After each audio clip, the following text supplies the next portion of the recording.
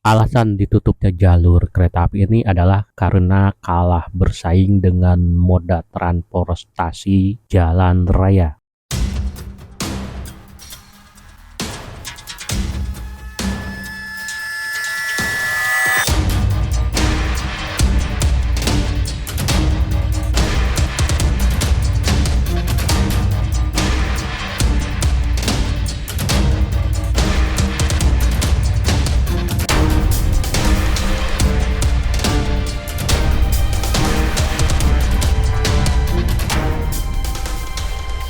Assalamualaikum warahmatullahi wabarakatuh. Salam sejahtera bagi kita semua. Pada kesempatan kali ini saya akan membahas mengenai bekas jalur kereta api Secang, Temanggung, Parakan. Pada bagian sebelumnya saya telah membahas mengenai sejarah pembangunan jalur kereta api Secang hingga ke Parakan. Link video tersebut sudah saya sematkan di pojok kanan atas atau di kolom deskripsi. Stasiun Secang mulai dioperasikan pada tanggal 15 Mei tahun 1903 bersamaan dengan dioperasikannya jalur kereta api dari Magelang hingga ke Secang sejauh 10 km.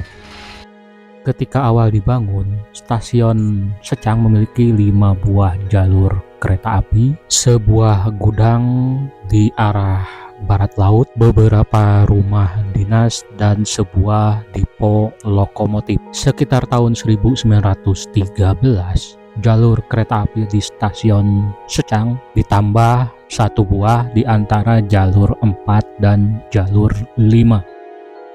Di foto tahun 2012, bekas peron dan jalur-jalur kereta api tampak jelas terlihat, tetapi kini di atas bekas peron dan jalur-jalur kereta api tersebut sudah berdiri sebuah bangunan masjid. Sedangkan bekas jalur 4, 5, dan 6, kini di atasnya berdiri beberapa bangunan rumah. Di sisi sebelah barat dari bekas stasiun Secang terdapat sebuah bekas gudang, di mana bekas gudang tersebut kini dijadikan sebagai tempat olahraga berupa lapangan badminton.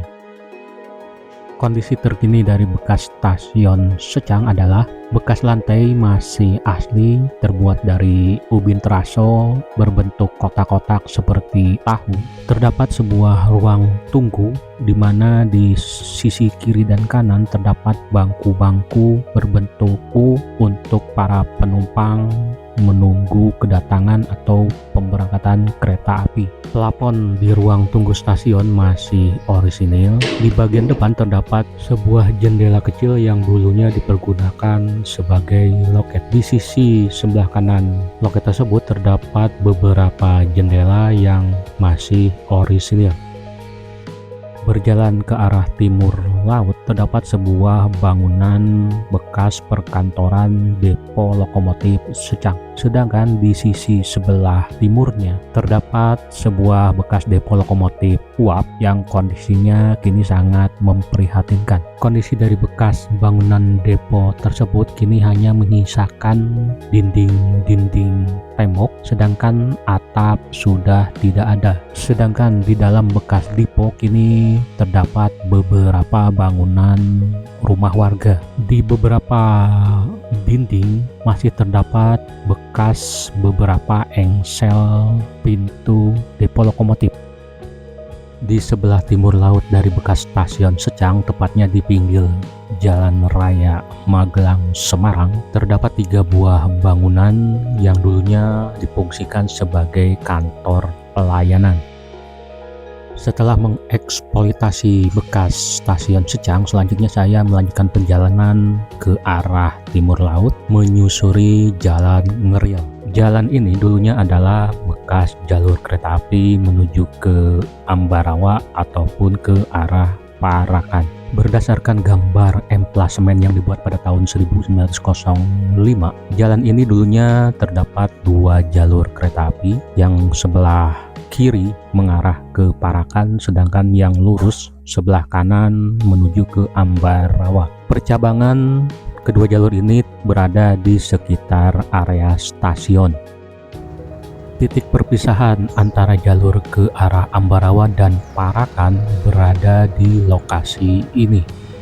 Dari percabangan, bekas jalur kereta api menuju ke Parakan tidak bisa dilalui oleh sepeda motor ataupun jalan kaki, sehingga saya mencari jalan melalui jalan besar Secang Temanggung dan masuk ke Gang Kerajaan 3. Gang ini dulunya adalah bekas jalur kereta api Secang Parakan.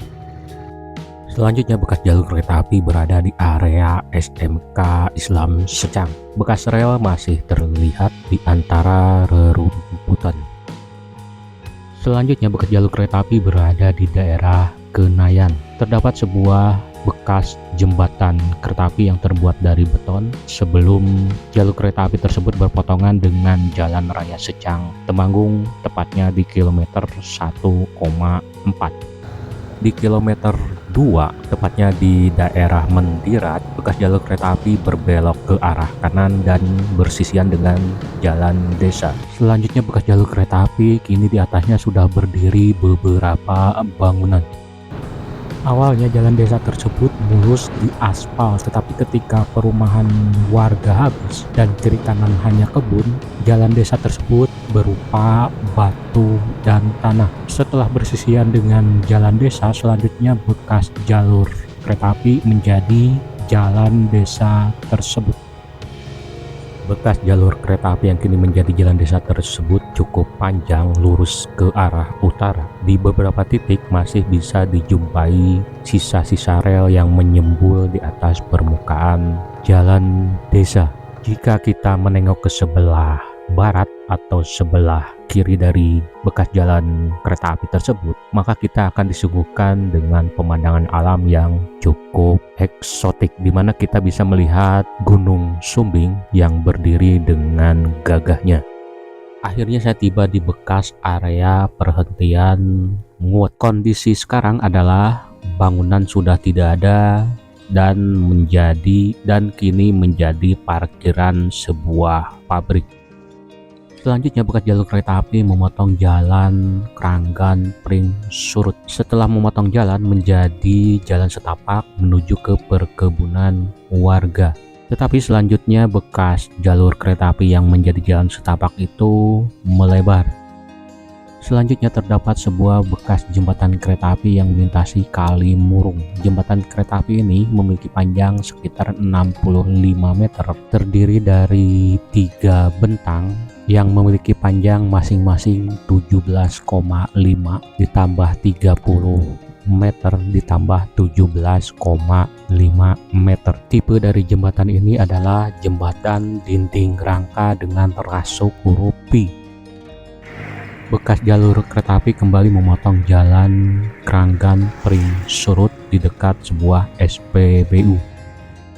Bekas rel masih tampak terlihat di atas permukaan tanah. Selanjutnya bekas jalur kereta api berada di persawahan warga berbelok ke arah kanan dan selanjutnya sejajar dengan jalan alternatif Kranggan Pring Surut.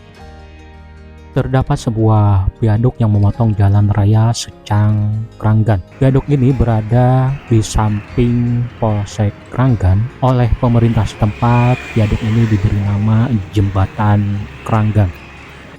Setelah viaduk, bekas jalur kereta api selanjutnya membentuk sebuah ceruk yang ditumbuhi oleh pepohonan liar. Tetapi terdapat sebuah jalan setapak menuju dusun Kasanan Desa Kranggan. Akhirnya saya memutuskan untuk menelusuri bekas jalur kereta api tersebut. Pada awalnya bekas jalur kereta api tersebut berupa jalan setapak. Di sebelah kiri dari jalan setapak tersebut masih bisa dijumpai atau dilihat bekas rel yang menyembul di atas permukaan tanah. Lama-kelamaan bekas jalur kereta api yang jalan setapak menjadi besar karena di kiri kanan ada cor-coran pas untuk sebuah mobil. Akhirnya saya mulai memasuki dusun Kesanan. Bekas jalur kereta api dicor dan di kiri kanannya terdapat bekas rel sebagai pembatas jalan cor-coran tersebut.